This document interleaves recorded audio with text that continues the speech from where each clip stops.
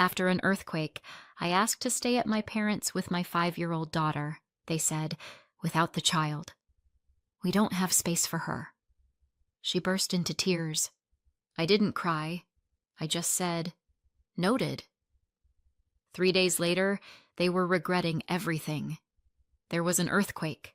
Not the movie kind with skyscrapers falling, just a violent jolt that made the walls shudder and my cupboards scream, the sound of plates dying. When it stopped, my daughter Ruby, 5 years old and small for her age, stood in the doorway clutching her stuffed fox like it might bite the shaking away. "Mommy," she whispered. "It's okay," I lied. By morning, a city inspector in a hard hat used the word unlivable. He slapped a red sticker on my door and walked off like he'd just said good luck. I looked at Ruby's small hand in mine and thought, there's no plan B. So I called my parents. Mom answered on the second ring. "Of course, honey. You can come," she said. Warm. Quick. Like it cost her nothing.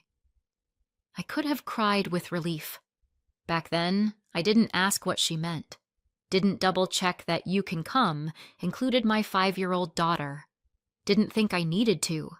I mean, who calls their mother to confirm they're allowed to bring their daughter?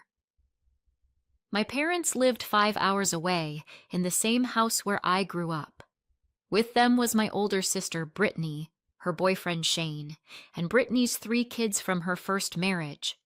It was a full house, sure, but they had spare rooms, and they were family. Ruby and I packed fast. Clothes, toothbrushes, the fox, 1 bag of snacks. While I buckled her in, she asked if the house was really broken. I said yes. She asked if Grandma's house was big. I said big enough. It was almost sunset when we pulled into my parents' driveway. The porch light was on, the way it always was when I came home for holidays. For a moment, I felt safe. Mom opened the door before I could knock. "Mara, you made it!" Her smile froze when she saw Ruby behind me. "Oh, you brought her." For a heartbeat, I waited for the joke. "It didn't come." Yeah. Kind of hard to leave a 5-year-old home alone." Mom blinked, already flustered. "We just thought it would be you. The house is packed. Brittany's here with the kids, Shane's using the den, the basement's a game room.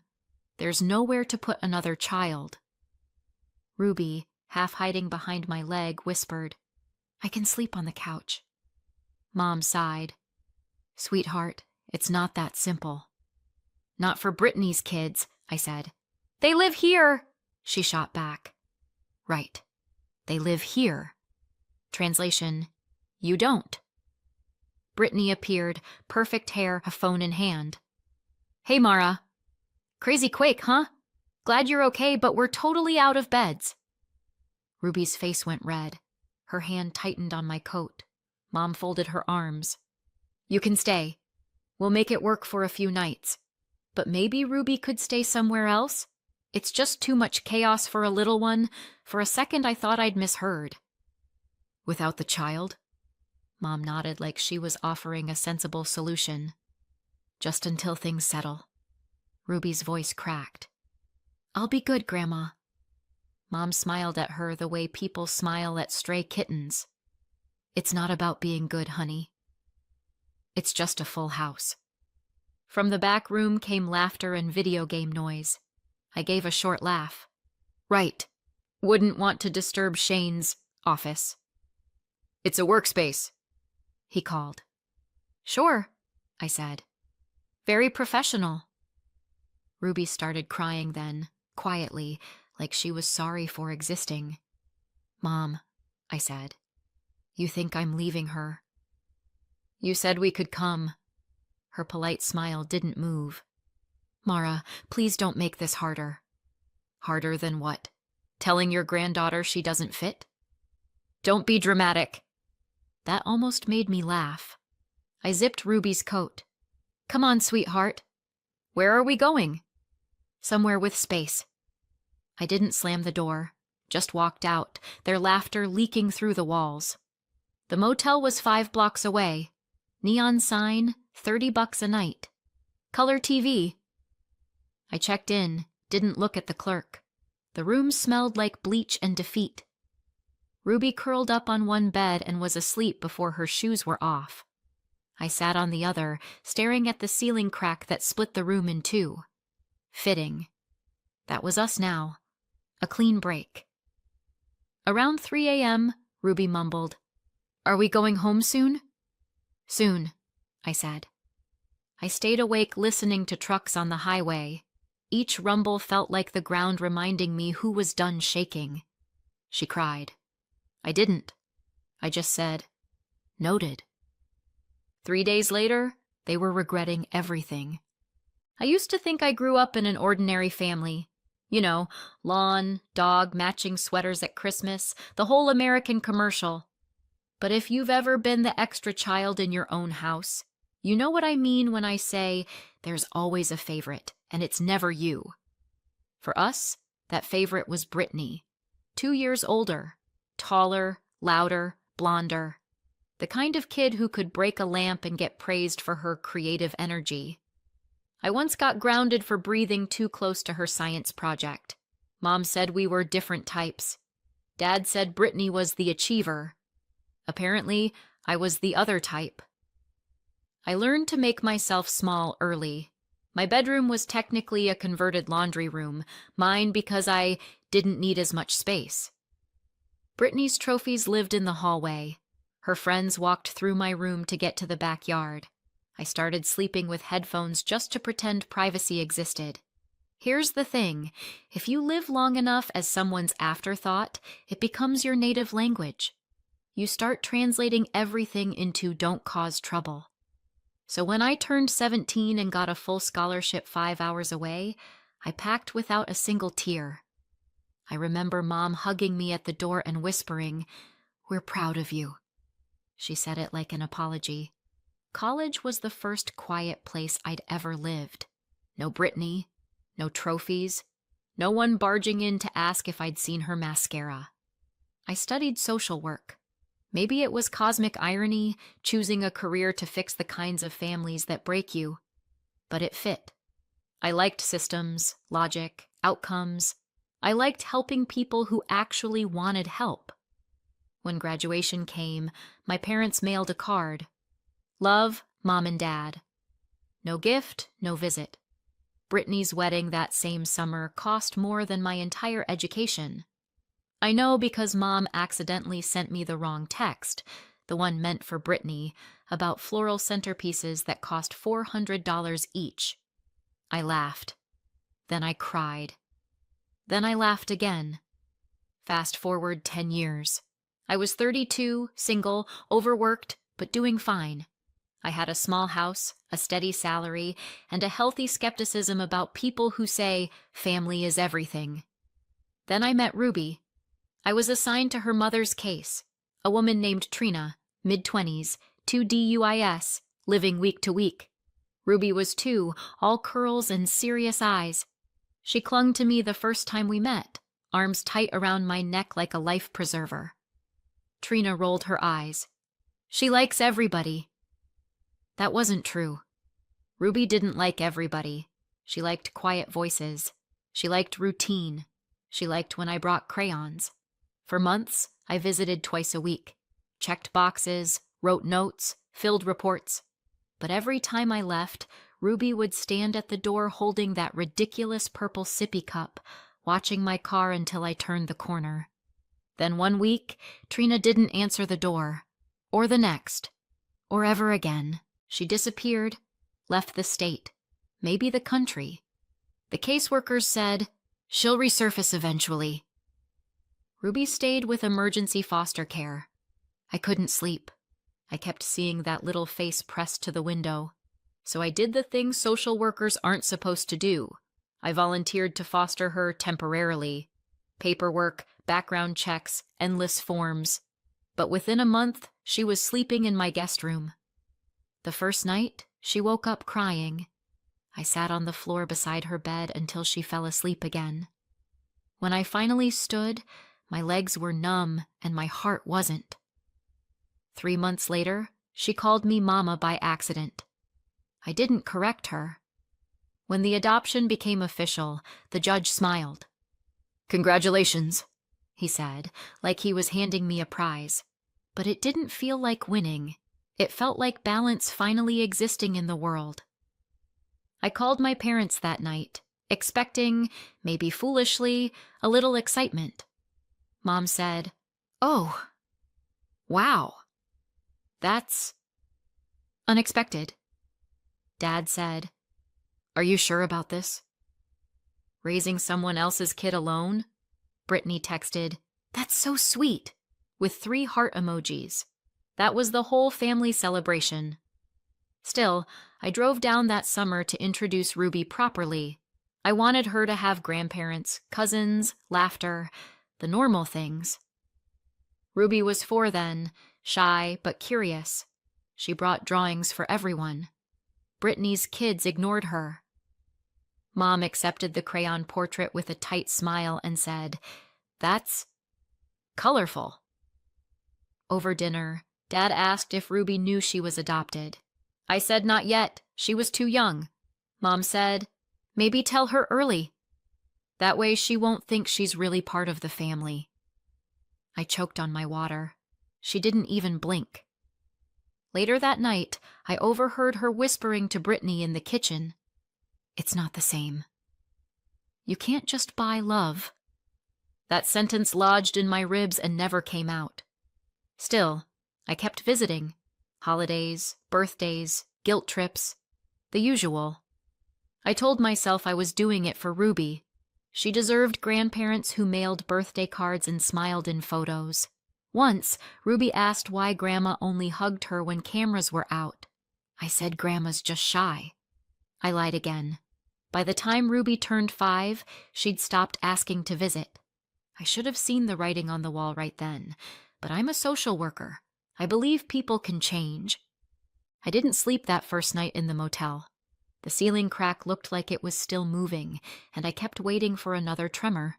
Not from the earth this time, but from myself. By morning, I'd made one decision. I wasn't begging anyone for space again. Ruby was quiet on the drive.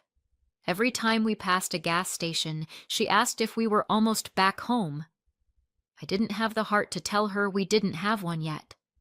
I called Simone, a colleague, part-time saint, while Ruby napped in the back seat. She listened, horrified, then said, "Mara, pack nothing else. Just come here." "I have a spare room. Olivia will love having another kid around." That was Simone. Empathy in human form. 5 hours later, Ruby and I were at her door. Her house smelled like coffee and normal life. Olivia, her 8-year-old, met us barefoot and smiling. "Hi, want to see my room?" Ruby nodded, and just like that, she disappeared into safety. Simone put a mug in my hand. "Stay as long as you need." I didn't realize until then how long I'd been waiting for someone to say those exact words. For the first time in days, Ruby slept through the night. I didn't. My body was calm, but my brain was sprinting laps. I already knew I owned a third of my parents' house, an inheritance from my grandfather when I was 17. I just never used it, never even thought of it as mine. It was family property, sacred, untouchable, but after being told my child couldn't cross that threshold, something cracked open that had nothing to do with fault lines. I sat at Simone's kitchen table the next morning, flipping through insurance paperwork, when the thought became solid. If I don't have a room there, why am I paying for one? Because I was $200 every month, like clockwork, for upkeep. A small family tax to stay in their good graces. I opened my banking app and stopped the transfer. One tap. Done. It felt like cutting a leash. Then came the next question. What now? I pulled up my laptop, searched real estate lawyer near me, and booked an appointment for the next day. When I told Simone, she didn't try to talk me out of it. She just said, "About time." The lawyer was a woman named Franklin, 50-ish, calm, voice like granite. She looked over the deed and said, "You're listed as tenant in common with your parents and sister. You're free to sell your share or petition for a sale of the entire property," I said, "even if they live there?" "Especially if they live there." I laughed. It came out brittle. "So it's legal to reclaim the floor they stand on." She didn't smile. "Perfectly legal." That was all I needed.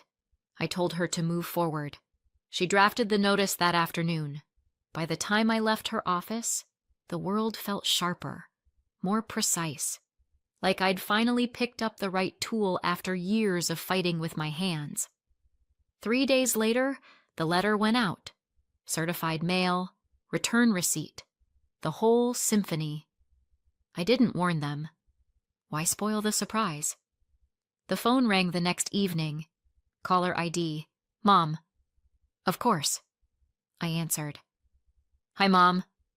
No hello from her, just, "What have you done?" "I assume you mean legally or emotionally." "Mara, this letter." "You're selling the house?" "Our home?" "Our," I echoed. "Interesting pronoun." In the background, Brittany's voice pierced through. "She's doing this because of that child." "That child has a name," I said. Mom snapped, "You can't do this to your family." "Pretty sure my family already did this to me." Dad's voice came next, shaky attempt at reason. "Sweetheart, think about this. You grew up there." "I also grew up invisible there," I said. "You remember that part?" Brittany grabbed the phone. "You'll make us homeless!" "You'll make yourselves homeless," I said calmly. "I'm just selling my share." There was shouting, overlapping, panicked, self-righteous. I held the phone away like it was on fire. Then I brought it back and said, "You could always buy me out." "Where do you expect us to get that kind of money?" Mom demanded. "Oh, I don't know," I said. "Maybe from the endless space you saved by not housing my daughter." Then I hung up. I expected guilt. Instead, I felt clarity, a clean, electric kind. Simone found me standing by the window, staring out at nothing. "Let me guess," she said. "They called." "They screamed," I said. "So yes, progress." She nodded. "Pie or wine?"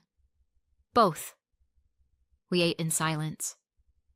Ruby and Olivia drew chalk flowers on the driveway, their laughter cutting through the heaviness like sunlight through blinds. I thought the earthquake was the worst thing that could happen. Turns out, that was just the opening act. By April, Ruby slept fine again. I didn't.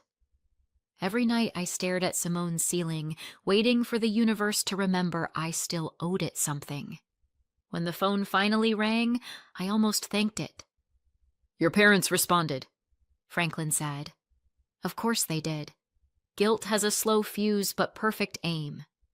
"They're claiming they already gave you your inheritance," she went on. "That they spent your share raising you." I laughed so hard I scared the cat. "So my childhood was a loan? Should I Venmo them for diapers?" "It's a delay tactic," she said. "Delay? Sure." But something in her voice said buckle up. The next morning, the gossip started. Not local, 5 hours buys you distance, but social media travels faster than traffic. Brittany's post. Some people would evict their own parents if it made them feel powerful. Mom commented with a heart emoji. Simone slid her phone across the table. "You okay?" "Great," I said. "I've always wanted to trend for parricide." I told myself I didn't care. Then I imagined Ruby reading those posts someday and felt my throat close. The worst part? The likes. Dozens of them. People love a villain they can recognize from Thanksgiving. A week later, Franklin called again. "I found something," she said. "You'll want to sit down." "I'm already lying flat," I said. "Go ahead." "There's a mortgage on the property." a big one. I know they took a loan years ago. You signed it, she said. I what? She sent the file. 3 seconds later, my email dinged. 4 signatures. Mom, Dad, Brittany, me. Except the me part was a stranger's handwriting trying too hard. Clean, steady, practiced, like love letters forged for cash. I called Franklin back. That's not my signature. I assumed, she said. We'll need to report it. For the next 48 hours, I moved like a ghost. I cooked dinner, helped Ruby with homework, smiled at Simone. Inside, the ground was already cracking again. They hadn't just used me. They'd used me. My name. My trust. My stupid silence. The court hearing was scheduled a week later. Another 5-hour drive. 5 hours to think about what betrayal sounds like in legal language. When we walked in, Mom gave me the look she used to save for stains on the carpet. Brittany crossed her arms like she was posing for martyrdom. Dad stared at the floor. The judge skimmed the advancement claim, sighed, and tossed it out like a bad script. Then Franklin mentioned the mortgage. The room went still. Mom's face drained. Brittany's mouth opened. Dad's knuckles went white. The judge said the word forgery, and something inside me unclenched. That was the moment I knew. Whatever came next, I wasn't the broken one anymore. The investigation moved fast. The bank confirmed it. Signature fake, documents false, everything smelling of desperation. Repayment demanded immediately. I should have felt vindicated. Instead, I felt old. Mom called that night. How could you do this to us? Pretty sure I didn't sign your mortgage, I said.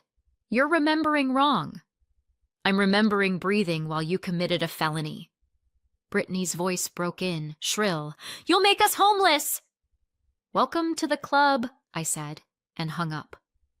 Weeks blurred. The lender wanted its money. Their lawyer begged for mercy. Facebook kept bleeding pity posts. Family destroyed by greed. Simone started hiding them from me. You don't need that, she said. I do, I said. It's proof. Proof of what? That even after the truth, they'll still choose the prettier lie. The sale order came next. Court-appointed agent.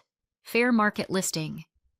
The house I grew up in was suddenly a link on a real estate website. The photos looked fake. Sunlight too clean, floors too shiny. No sign of the crack in the hallway wall I used to trace with my finger when I was 10. Franklin called the morning it sold. Funds are cleared. After the mortgage payoff and fees, your parents and sister get almost nothing. Your 1/3 is untouched. I thanked her. My voice didn't sound like mine.